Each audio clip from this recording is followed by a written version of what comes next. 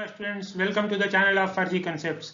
आज हम लोग IIT JEE advance 2024 paper 2 chemistry session के अंदर एक non negative integer type question को सॉल्व करेंगे। यहाँ सही आंसर के लिए +4 मार्क्स और रॉन्ग या अनअटेम्प्टेड क्वेश्चन के लिए 0 मार्क्स का प्रोविजन है। यह हमारे क्वेश्चन आंसर सीरीज का क्वेश्चन नंबर 8 है और यह क्वेश्चन फिजिकल केमिस्ट्री के अंदर सरफेस केमिस्ट्री के अंदर एडजॉर्प्शन टॉपिक से उठाया हुआ यह क्वेश्चन है। तो आइए इस क्वेश्चन को हम लोग स्टेप बाय स्टेप सॉल्व करते हैं। तो जैसा कि यहाँ पर इस क्वेश्चन में आप देख रहे हैं कि क्वेश्चन में कह रहा है to form a complete monolayer. आपको कंप्लीट मोनोलेयर बनाना है। किसका? Monolayer of acetic acid on 1 gram of charcoal.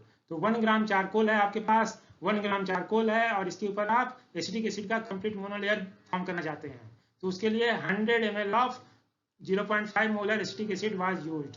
तो जो आप एसिटिक एसिड लिए हैं, है ना, तो जब इस पे आप चारकोल नहीं डाले हैं तो चारकोल ऐड करने के पहले आपने कितना लिया था? ये 100 ml of 0.5 molar acetic acid लिया है। तो यहाँ पर मैं अगर इसका मोल निकालना चाहूँ तो हम ये 100 ml है और अगर ये इसकी मोलिटी से इसको मल्टीप्लाई कीजिएगा तो मोलिटी का यूनिट क्या होता है? ये मोल पर लीटर होता है। तो मोल पर लीटर होता है तो इसको अगर आप देखिएगा तो लीटर से लीटर क्या हो जाएगा? कैंसिल हो जाएगा। तो ये क्या बचेगा? ये आपका 0.5 × 100 मतलब 50 और ये मिली तो बचा हुआ है ना, यहाँ पर मिली बचा है और ये मोल बचा है। तो 50 मिली मोल एसिटिक एसिड आपका ये स्टार्ट में आपने लिया था। स्टार्ट में आपने कितना लिया था? एसिटिक एसिड का 50 मिली मोल लिया था और उस पर आपने क्या डाल दिया? 1 ग्राम चारकोल ऐड कर दिया। तो जैसे ही आपने चारकोल ऐड कर दिया है फाइनली क्या हो जाएगा? चारकोल के ऊपर क्या हो जाएगा? Charcoal will be coated with monolayer of acetic acid. ठीक है, मोनोलेयर बन गया। ठीक है, लेकिन कह रहा है आगे कि sum of the acetic acid remains unabsorbed.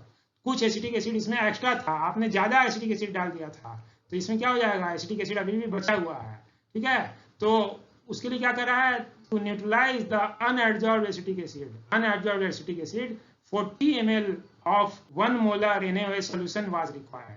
तो इसके अंदर जो आपका एसिटिक एसिड बचा हुआ था तो उसका आप अमाउंट पता करने के लिए क्या करेंगे? उसका न्यूट्रलाइजेशन रिएक्शन करेंगे। अनएब्जॉर्ब्ड एसिटिक एसिड का न्यूट्रलाइजेशन आप NaOH से करेंगे। तो NaOH का कितना कंज्यूम हुआ है? NaOH का 40 ml ऑफ 1 मोलर, है ना, 1 molar 40 ml of 1 molar NaOH ये आपका कंज्यूम हो गया। ठीक है, तो यहाँ पर क्या करेंगे? 40 ml है आपका NaOH और ये 1 मोलर मतलब 1 मोल पर लीटर। तो यहाँ फिर से लीटर कैंसिल हो जाएगा। तो क्या हो जाएगा? आपका 40 मिलीमोल NaOH आपका यूज हुआ। तो इसके मतलब आप देख रहे हैं कि एसिटिक एसिड क्या है? मोनोप्रोटिक एसिड है और NaOH क्या है? ये भी मोनोबेसिक है। तो इसके बेस पर आप कह सकते हैं कि यहाँ पर आपका एसिटिक एसिड कितना अनएब्जॉर्ब रहा होगा? ये आपका 40 मिलीमोल ही अनएब्जॉर्ब एसिटिक एसिड रहा होगा, अनएब्जॉर्ब एसिटिक एसिड रहा होगा। तो इसके बेस पर हम लोग कह सकते हैं कि एक्चुअली इसमें कितना एब्जॉर्ब हुआ? तो स्टार्ट तो आपने किया था 50 मिलीमोल एसिटिक एसिड डाला था लेकिन अनएब्जॉर्ब 40 मिलीमोल रह गया। तो यहाँ पर आपका 50 - 40 मतलब 10 मिलीमोल ही एब्जॉर्ब हुआ।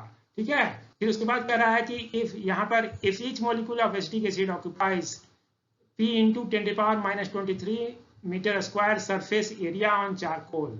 तो एक एसिटिक एसिड का मॉलिक्यूल कितना P × 10⁻⁻23 metre square surface area charcoal पे ऑक्यूपाई करता है। तो यहाँ पर वैल्यू ऑफ P आपको फाइंड करना है। तो यहाँ जो P लिखा हुआ है ना, ये P का ही वैल्यू आपको फाइंड करना है। तो बेसिकली हमें निकालना क्या है कि each molecule of acetic acid कितना सरफेस एरिया लेगा चारकोल पर, ये हमें आइडेंटिफाई करना है।